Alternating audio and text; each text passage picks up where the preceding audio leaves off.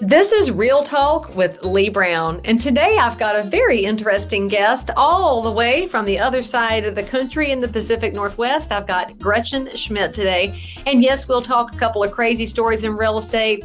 We're also going to talk a little bit about living life a little more interestingly when you've got a dad who will ride from Washington to Michigan on his bicycle. So enjoy this conversation, and I'll see you on the other side. All right, so Gretchen, you got to tell the world, who is Gretchen Schmidt? Where are you located with this beautiful office? Give them a little bit of a thumbnail so they know who I'm talking to today. So my name is Gretchen Schmidt. I grew up here in the Pacific Northwest, which to those of you who don't know, the Pacific Northwest is the northwest corner of the United States in Washington. And I work in Seattle, Bellevue area, which is one of the bigger metropolitan areas in the state. So I have so many friends in the Seattle, King County area. I have to ask, do you know Joseph and Randy Brayson? They've been in the business forever, but I think they're more out on the island now. What's it called? Is it Bellingham? No. Well, Bellingham is a little bit north, but Bainbridge Island. Bainbridge, that's it. Do you know them? They've been around forever. I think I've seen their names from a while back, but I haven't worked with them lately. And then how about, let's see, well, Sam DeBoard is from that area, but he's Mr. Fancy now because he's president of the Real Estate Standards Institute. So he's doing more of the nerd herd stuff in the MLS world. Do you know Sam? I do not know Sam.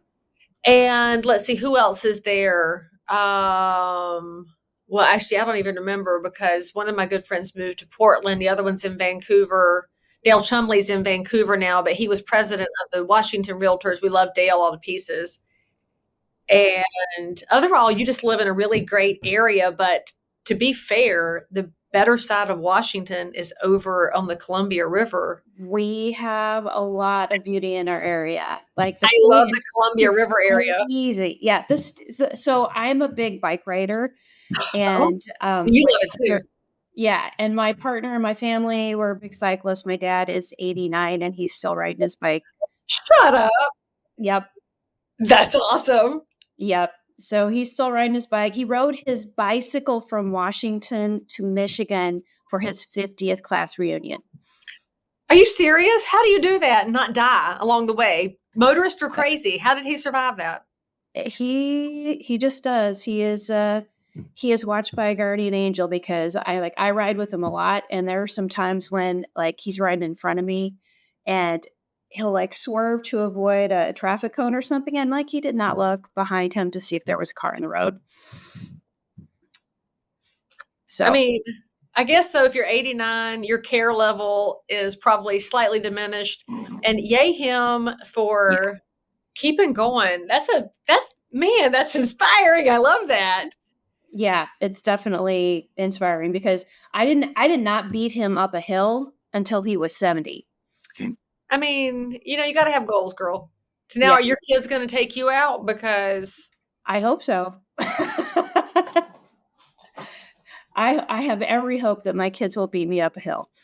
So how did y'all start becoming bike people? Was it because you live somewhere where the outdoors is just so jaw-droppingly beautiful, or is this a lifetime thing, or you picked it up because you wanted exercise? I want to know a little more about my dad. It was all my dad. So he, in the set, when he was 39 years old, he had never done a single lick of physical fitness, anything, completely nothing. And at 39, it was the 70s when Jim Fixx was getting jogging big in the United States. And so he started jogging, and he literally started jogging around our house. Around that, in our yard, just in circles. A circle, around the foundation. Okay. Yeah, he created a little path. You know how kind of your pets sometimes have little paths that they beat into the grass because they go along it so much. Well, he had that around the house, and finally he thought, well, maybe I should jog around the block.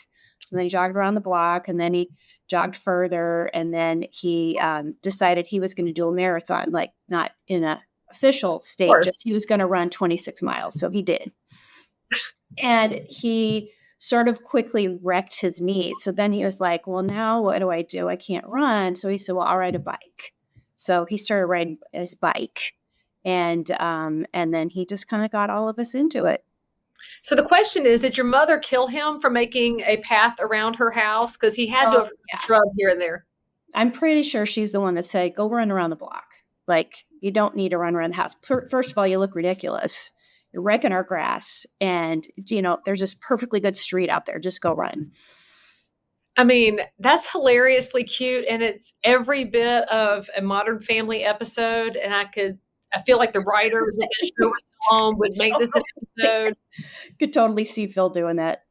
100%, because he's slightly buffoonish, which is why I don't like that he's in real estate, because I don't think that the average realtor is a buffoon. I think we are very good people, but maybe just disconnected enough to run circles around a house. That's the cutest visual I will ever have. Then he gets on his bike and rides to Michigan for a high school reunion. Okay, so Gretchen, how did you get into real estate? Was your dad also in real estate? Did you follow him from biking to real estate, or did you live on the edge and go fresh?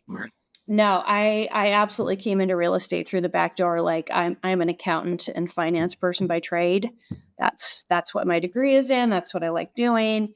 And my ex, who was my partner, my partner at the time, very entrepreneurial, great salesperson. Like, we went to college together in the same, college business club, and and you have to sell things to, make money for your club. Like, he was great and I was terrible.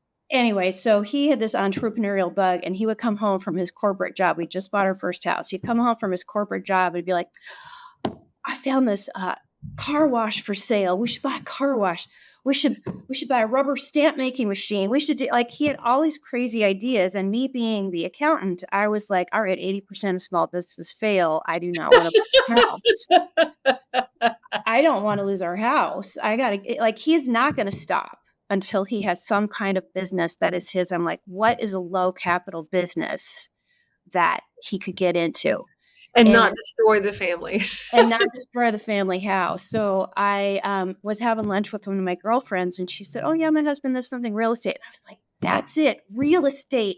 Like, all you got to buy is some business cards and a couple of signs. It's true. But I was smart enough to know that we wouldn't have any income for like 6 months. So I said, I said, hey, why don't you go have lunch with Todd and ask him about his job in real estate? Maybe that's a good fit. So he goes and has lunch with Todd, and he comes home and he says, that's it, I'm going to be in real estate. And so, we made a plan. He quit his job. He took the classes. But, he's very good at selling, meeting people, all this stuff, not so good at organizational stuff. So, like, he'd come home with piles of like business cards or whatever. This was back in the day when it was business cards. And so I was like, well, we need a database. So I did the database. And then I said, we need a newsletter. So I did the newsletter. And then I was like, we need to keep the contracts like going in an orderly manner and like the dates be on everything. So I did that. And so, we worked together for years. And then eventually our marriage broke up.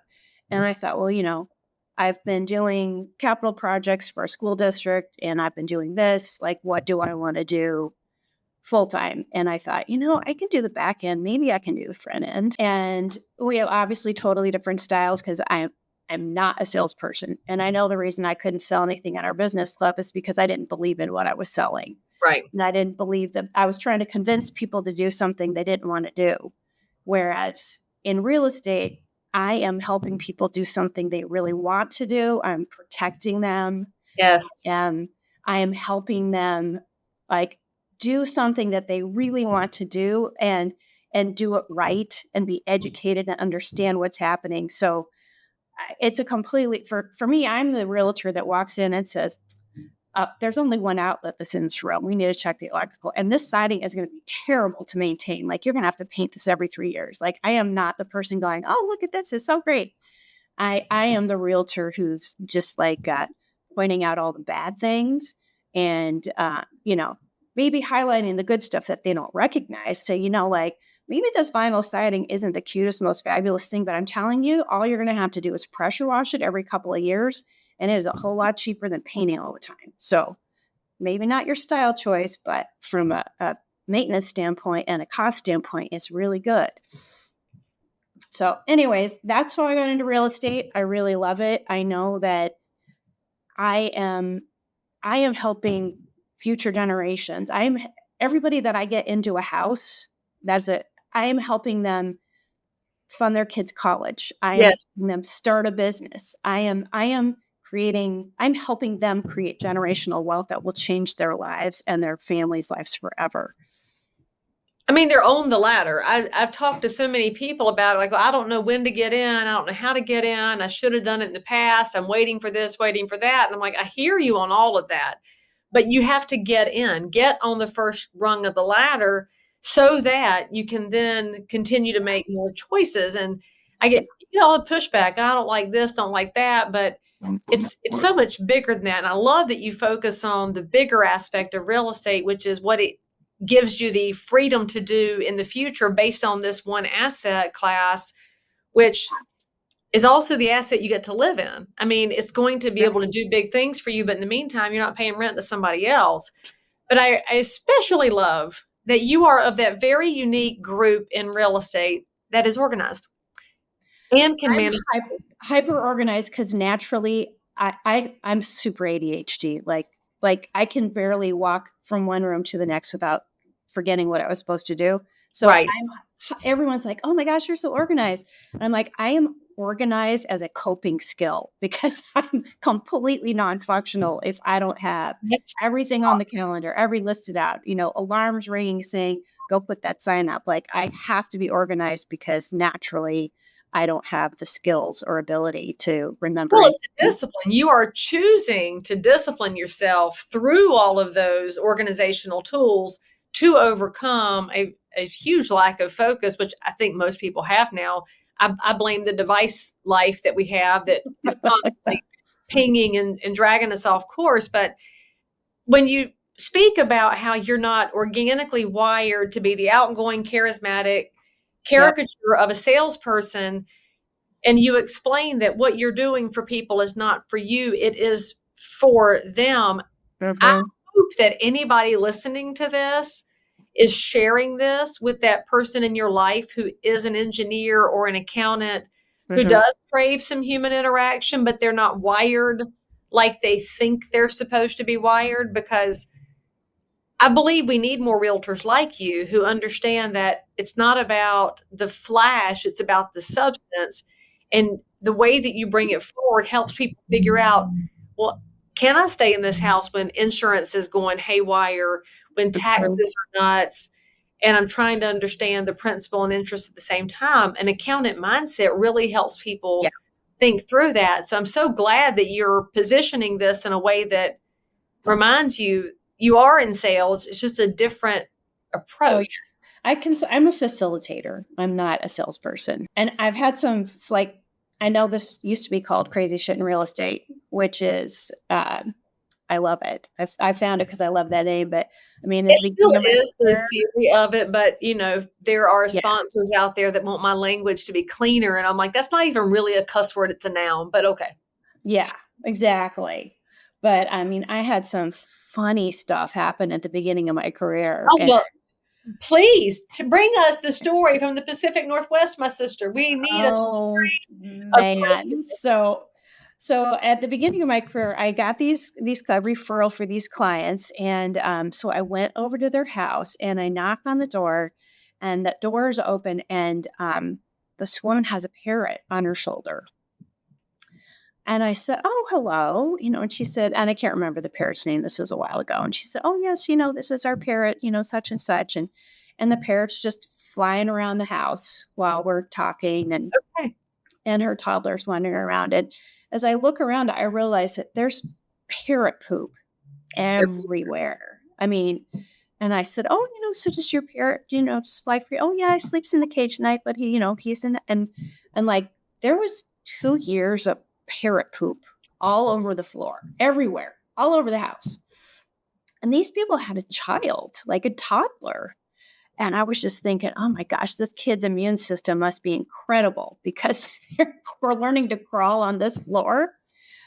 Anyways, and they had a very strange art collection, like the equivalent of Shrunken Heads kind of art collection. Oh, so not like your average nudies. We had creepier stuff. Oh yeah, creepier stuff, like stuff that you just kind of not welcoming. And so, I'm trying to be really tactful and so at that time I was working with an agent who was also an interior decorator. So we would collaborate and I would say, well, I'm bringing in my interior decorator to come in and do a staging consultation and she'll give us, like what we should do. So then she got to be the bad guy and say, well, this needs to go, that needs to go, whatever. And she's also very sweet. So she said, now I can see by your highly curated art collection that this is all very special to you. And they said, oh, yes, this is, this, I did it or my friend did it. Like, it's very special. And she said, now, there will be a lot of people coming through your home when you sell your home. So we should probably wrap these up and set them aside just to keep them safe so that, nothing happens to them. They said, oh, yeah, that's a good idea. So wrapped up all the shrunken heads and put them away. And I was like, oh, great. And I said, now, and your parrot, let's just say it's Frida. Frida's going to have to be in a cage. Well, why? And I said, well, some buyers are afraid of birds. And they said, afraid of birds? Who would be afraid of birds? And I said, well, people have phobias, that maybe they're rational or irrational, but we need to make sure all buyers feel, safe in your home. So Frida's going to have to be in the cage. They said, all right. And I knew that I couldn't tell them, like, I could tell them to clean their house, but they've lived in this house for a long time. This is Right. probably what they consider clean. So I said, and I'll have some cleaners come in and clean your house. And they said, oh, that's great. So they packed away the shrunken heads, put Frida in a cage, and I hired some industrial cleaners to come and clean this house. And they looked at it and they said $800. Now this was 20 years ago. So $800 for cleaning of a small house. This is a small house. This is only like a 3-bedroom, maybe 1,400 square foot house. What's that? 3,000 in today's dollars? $2,500, $3,000? Yeah, a lot. And so, and these cleaners were down on the floor with putty knives, scraping petrified poop off everything. And I came to check on them while they were working it, and they said, we did not charge you enough. Too late. You signed the contract. That's exactly right. So they clean the house, and we get the shrunken heads and the bird and the turtle also away. And so now I'm kind of doing the staging stuff. And so I have like this cute little wine rack, and I bring my wine rack in and I stuff it full of a case of $2 Chuck. This is at the time it was $2 wine from Trader Joe's. You could get a case for $24. So, fill the wine rack with the wine and, put the house on the market. First open house, all the neighbors came by. I bet they did. All the neighbors came by. I think I might have sent out a thing saying neighbors only, like for the first hour and then public for the next hour. And all the neighbors came and they walked in and they were like, oh, this is a miracle. Like they all knew them and they knew what the house looked like. And they were like, you're a miracle worker. Like, this looks amazing. And so they loved it. They came in and at the time houses weren't selling in 3 days. It took a little while. So Right. every couple of days I'd come by and check on things. And I looked at the wine rack and I was like, oh, that's funny. I thought I brought a case. And I was like, well, maybe I didn't, whatever. So next time I came by, a couple more bottles were gone. It was Frida. Frida was drinking the wine to stay in the cage. and so, I'm like taking garbage out or doing something, and I go put stuff in the garbage can, and I realized, like, there's where all the wine bottles are. And she's been drinking the wine. And she was so anxious. I just was like, should I say anything? I thought, it was $24. It still looks okay. And I was like, if that's what it takes to get her through this, I was like, you know what? No big deal. So by the time we sold the house, the entire case was gone. I think that was a wise investment on your part, Gretchen. Yeah, I do. I think so too. And it all worked out great. The people who bought it started the this really great community coffee shop in the neighborhood. Oh. Twin baby boys, and now their baby boys are in college, and it's all very sweet. See, and that's the cool thing of looking back at your real estate life. You realize you went through all of those pieces, and now your community has benefited this much from the next generation of homeowner as entrepreneur. Well, and that couple that bought that house probably used that house to help them start their business. Entirely possible. But the thing I'm taking away is you called that art not welcoming, and your designer called it, what'd she say? Highly Highly curated. curated. I'm totally stealing that phraseology because Yeah. so true and beautifully said, to not belittle her for having strange taste, but helping her succeed. Yeah. That's the power of thoughtful words. I love that so much. This is not welcoming. I freaking love that. Yeah. And I totally use that all the time. And again, very close at the beginning of my career, my neighbors were selling their house and they had very garish taste. Like they were lovely people and it totally matched their very warm, welcoming personality. So they had orange velour curtains. Velour. Oh yeah, baby. Yeah, orange velour curtains. And they had painted their entire kitchen fire engine red. And when I mean the entire kitchen, I mean, like, I think they painted the countertops, they painted the tiles, they painted the cabinets, they painted the cabinet knobs, they painted the electrical plates. Like, they painted That's a every. that's a bold choice. Yeah. And so we went over. I said, now, do you know when you sell your home, anything that's, requires a screwdriver to be removed has to stay with the house. So that includes window covering, so curtain, the rod screwed in. And I said, now I'm assuming that you love these curtains and you are probably going to want to have these in your next home. And they said, oh yes, we definitely want those in the next home. And I said, well, we should probably take them down because, if people see the house, They're going to want them.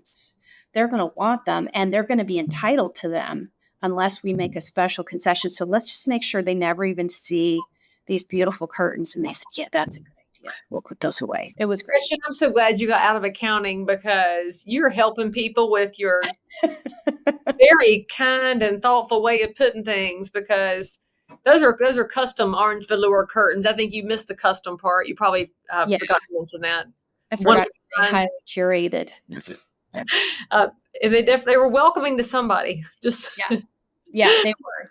Yeah, they were the loveliest neighbors, and I'm so disappointed they're gone because but they needed to move closer to their kids, and they sent. I mean, it is actually hard when we lose neighbors that we love, and it's actually emotionally hard to have to go into somebody that you really enjoy and tell them we need to make some changes here because the buyers aren't going to like you. And I do love you and I love your house, but the buyers won't. And it looks like we're deflecting, but we're trying to help them get their goal accomplished. Yeah. If there's anything I wish the public would take away from this part of the conversation, it's that we don't like being the one who has to tell you to change things. We tell you that for your best benefit, if indeed moving is what you want to do. And if you don't want to move, that's a good time to say, well, then I'll just stay here because I don't want to change anything. And we're okay with that too. Absolutely. Because we might enjoy you. Yeah, exactly. It's a fun job. And I always kind of think of myself as a transitions counselor, because whenever you're buying or selling real estate, it's a big life transition. Huge. And transitions are hard, whether it's great, you're moving into a bigger house, you're buying your first house, or if it's sad because your spouse has passed away, or, you're getting a divorce. Like there's lots of reasons for buying and selling, some good, some bad. And part of our job is just to really be counselors and help people make this transition as smoothly as possible with as few hiccups as possible. So speaking of transitions, before I let you go, I have to ask you a geographically specific question about your area. You're, of course, known for being cloudy, gray, gloomy, rainy so much of the year. What is all the time? It's terrible all the time. You don't need to move here. What is the best Gretchen advice for the people who do move there from somewhere like sunny Southern California? They're not used to it. How do you help people lift themselves up? Because the gray days obviously cause all of us to want to lay on the couch. It's just human nature. How do you get people to adjust to it? Well, my biggest advice is get a happy light and plan a vacation in November and February, because by about February, I want to slip my wrist if I haven't gone somewhere sunny. But the best thing that helped me, because I am very affected by it, is getting one of those full spectrum lights. I call it the happy light. And once it starts getting dark, I just have it in the bathroom. I get up in the morning, I turn it on, and brush my teeth, get ready, and then I also have one downstairs in the kitchen. So while I'm making my coffee, like I have to get a dose of bright light, or I have a hard